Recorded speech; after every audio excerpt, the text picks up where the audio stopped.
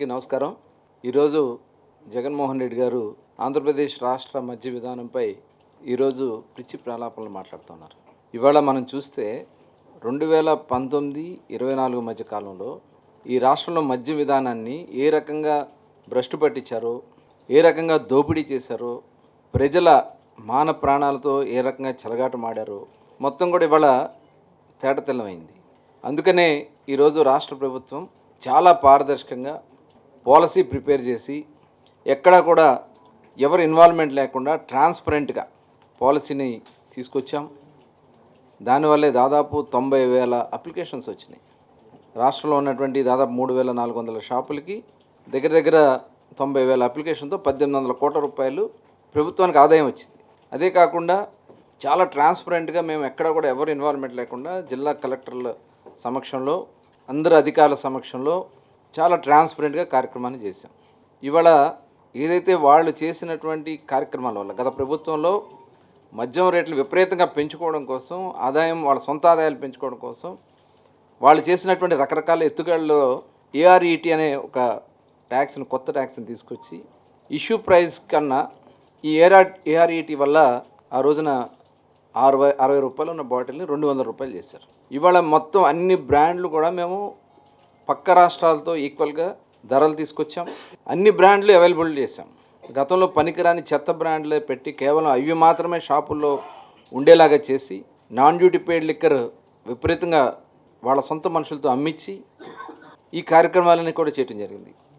ఇప్పుడు ఏదైతే మనం ఇచ్చినటువంటి పాలసీలో రీటైల్ మార్జిన్, ఎవరైతే రీటైలర్స్ ఉంటారో వాళ్ళకి ఇవ్వాల్సినటువంటి మార్జిన్లో వాళ్ళకి 14% రీచ్ కావడం కోసం 14 to 15% రావాలనేది ఇష్యూ ప్రైస్ మీద తీసినప్పుడు వస్తుంది. ఈ ఏఆర్ఈటీ వల్ల ఎఫెక్ట్ అయ్యి ఆ పర్సంటేజ్ తగ్గడం వల్ల ఇవాళ బాటిల్కి 10 రూపాయలు, ఏ బాటిల్ అయినా 10 రూపాయలు మాత్రమే కొంత ఇంక్రీజ్ చేయాల్సినటువంటి పరిస్థితి వచ్చింది.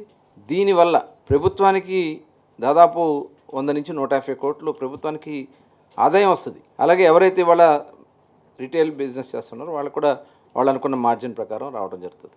దీన్ని ఏదో దోపిడీ జరిగిపోతూ ఉంది, ప్రభుత్వం ఆదాయం కోల్పోతూ ఉందని తప్పుడు ప్రచారాలు చేసి ప్రజలను తప్పుదారి పట్టించకూడదు. ఇవాళ మీరు చేసినటువంటి పాపాలు, మీరు వసూలు చేసినటువంటి విధానం అవన్నీ కూడా పోయినాయి. కాబట్టి మీకు ఇవాళ రకరకాలైనటువంటి మీ బ్రాండ్లన్నీ, మీరు పెట్టినటువంటి పనికిరాని చెత్త కంపెనీలన్నీ కూడా ఇవాళ క్లోజ్ అయిపోయినాయి. కాబట్టి వాటి మీద విజిలెన్స్ ఎంక్వైరీలు జరుగుతున్నాయి. కాబట్టి వాస్తవాలన్నీ కూడా బయటకు వస్తాయనే భయంతో ఇవాళ ప్రభుత్వం మీద లేనిపోని నిందలేయాలని ప్రయత్నం చేస్తే అది జరగదు. జగన్మోహన్ రెడ్డి గారు అది గుర్తుపెట్టుకోండి. ఇవాళ మేము చేస్తున్నది చాలా పారదర్శకంగా, ఏదైతే మేము ఇచ్చినటువంటి హామీ ప్రకారం గౌడ సోదరుల కోసం ఎవరైతే కల్లు గీత కులాలకు సంబంధించినటువంటి వారు ఉన్నారో వాళ్ళందరికీ కూడా 10% షాపులు ఇస్తామని దాని ప్రకారం 340 షాపులు అలాట్ చేసాం. అవి కూడా మొత్తం అప్లికేషన్స్ కానీ అన్నీ కూడా రావడం జరిగింది. ఉద్దేశపూర్వకంగా మీ మనుషులతో కోట్లు వేయించింది వాస్తవం కదా. అంటే గౌడ సోదరులు, బీసీ సోదరులు, ఎవరైతే కల్లు గీత కుటుంబాలు, మరి అనాదిగా వస్తున్నటువంటి మద్యం వ్యాపారంలో భాగస్వాములైనటువంటి ఆ కులాలకి ఇవ్వడం ప్రభుత్వం చేసింది తప్ప. జగన్మోహన్ రెడ్డి సమాధానం చెప్పండి. అయినప్పటికీ కూడా వాళ్ళ కోర్టులో మేము బలంగా వాదనలు వినిపించాం ప్రభుత్వ పరంగా. అయితే ఎలక్షన్స్ కోడ్ ఉన్నటువంటి ఒక 6 జిల్లాలు తప్ప అన్ని ప్రాంతాల్లో కూడా ఇవాళ షాపుల అలాట్మెంట్ జరుగుతూ ఉంది. అలాగే ఇవాళ అన్ని బ్రాండ్స్ తీసుకొచ్చాం. దాదాపు 150 బ్రాండ్స్, కొత్త బ్రాండ్స్ వచ్చినాయి. ఇవాళ ఎవరైతే పక్క రాష్ట్రాలతో సమానంగా ఇవాళ మనం అందించగలుగుతున్నాం. పక్కనున్న తెలంగాణ ఈరోజు 15% వాళ్ళు బీర్ల మీద పెంచడం జరిగింది.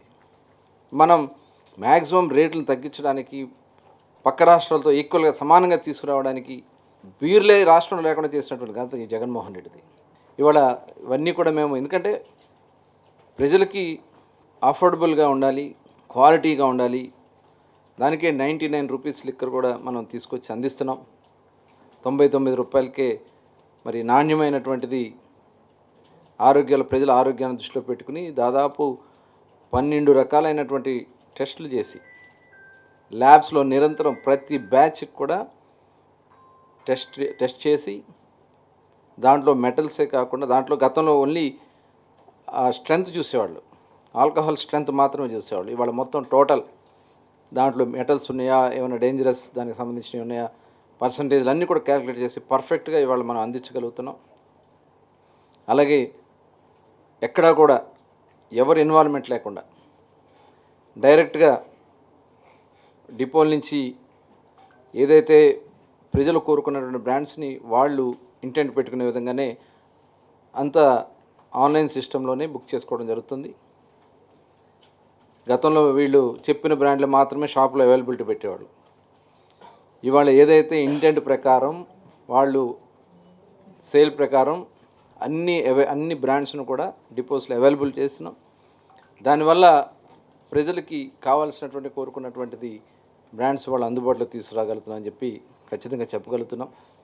ఇవాళ మీరు ఒక ఉద్దేశపూర్వకంగా ఈ రకమైనటువంటి కార్యక్రమాలు చేసి ఇప్పుడు పెంచింది కేవలం 1% మాత్రమే వస్తుంది.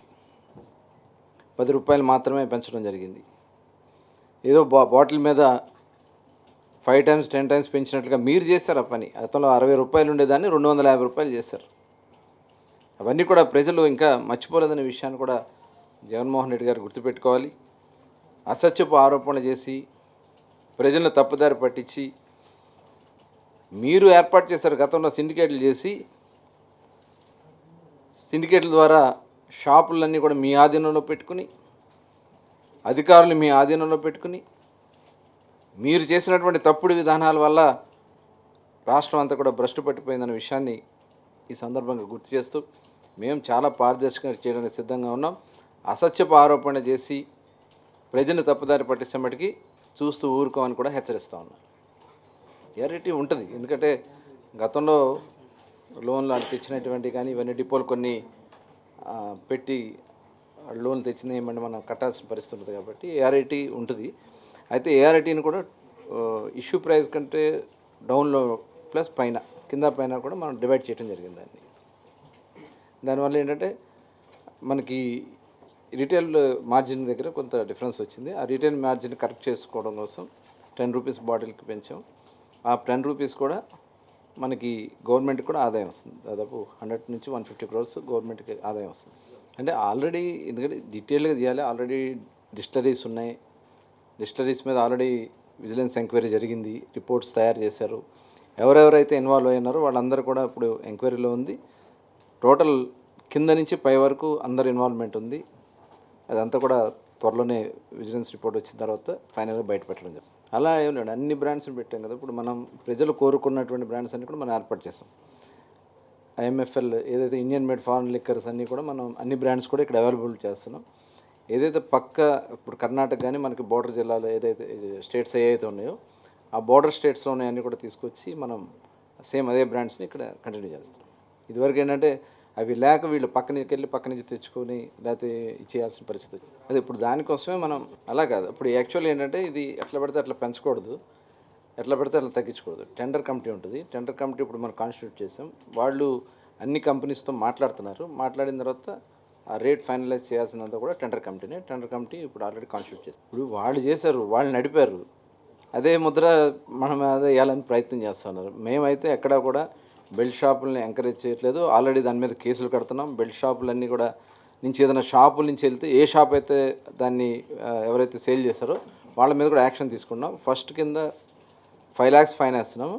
సెకండ్ టైం కూడా వాళ్ళు రిపీట్ అయితే మటుకి క్యాన్సిల్ చేస్తాం. కంటిన్యూ అండి, అది నిరంతరం. ఎక్కడైనా జరిగినా కూడా ఇమీడియట్గా వాళ్ళ మీద యాక్షన్ తీసుకుంటాం. అదే ఇప్పుడు దాని గురించి ఎందుకంటే మళ్ళీ మనం అక్కడ ప్రమోట్ చేయకూడదనేదే కదా మన ప్రభుత్వం. లాస్ట్గా జగన్మోహన్ రెడ్డి ఏం చెప్పారు, మేము మద్యాన్ని దశల వారీగా ఎత్తేస్తానని చెప్పాడు. చివరికి మద్యాన్ని విపరీతంగా విచ్చలవిడిగా చేశాడు. కాబట్టి మనం కూడా ఏంటంటే దానికి సపరేట్గా బార్స్ ఉంటాయి. సిట్టింగ్ అనేది ఇది ఓన్లీ బాటిల్ రిటైల్ సేల్ మాత్రమే ఈ షాప్స్ వరకు. ఇంకా ప్రస్తుతానికైతే ఆలోచన లేదు. మా దృష్టికి అయితే రాలేదు. ఏదైనా వచ్చినా కూడా మేము దాన్ని తప్పదుగా చెల్లించాలి కదా. ఆల్రెడీ 10 డిపోలు తాకట్టు పెట్టి వాళ్ళు తీసుకొచ్చారు. అవన్నీ కూడా ఇప్పుడు కట్టుకుంటూ వస్తా ఉన్నాం. ఇంకా 13,000 కోట్ల దగ్గర ఉంది ఇంకా కట్టాల్సింది. అప్పుడు దాదాపు 25,000 కోట్ల దగ్గర తీసుకుంటాం.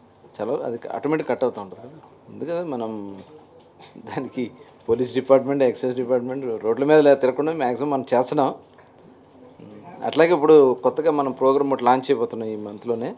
నవోదయం అని చెప్పి ఆంధ్రప్రదేశ్ రాష్ట్రం మొత్తం కూడా మనకి ఇల్సిట్ లిక్కర్ లేకుండా చేయడానికి ఒక నవోదయం ప్రోగ్రామ్ 1 yearలో ఇల్సిట్ లిక్కర్ ఫ్రీ స్టేట్గా చేయడానికి ఈ నెక్స్ట్ వీక్లో నవోదయం అన్ని చోట్ల ఈ వాష్ ఉంటాయి కదా, వాష్ అంతా కూడా డిమాలిష్ చేయటం. ఎవరైతే దీన్ని కంటిన్యూగా రెగ్యులర్ చేస్తూ ఉంటారో వాళ్ళని దాన్ని చేంజ్ చేయించడం. అవసరమైతే వాళ్ళ మీద పీడీ యాక్ట్లు పెట్టించడం అనేది చేసుకుని ఈ నవోదయం ప్రోగ్రాం లాస్ట్ గవర్నమెంట్లో మనం చేసాం. అప్పుడు దాదాపు 13 జిల్లాల్లో దాదాపు 11 జిల్లాలు పూర్తిగా అదే నవోదయం కింద ఇలిసిట్ లిక్కర్ లేకుండా చేయాలి. కాపుసారా. ఓకే అండి, థ్యాంక్ యూ.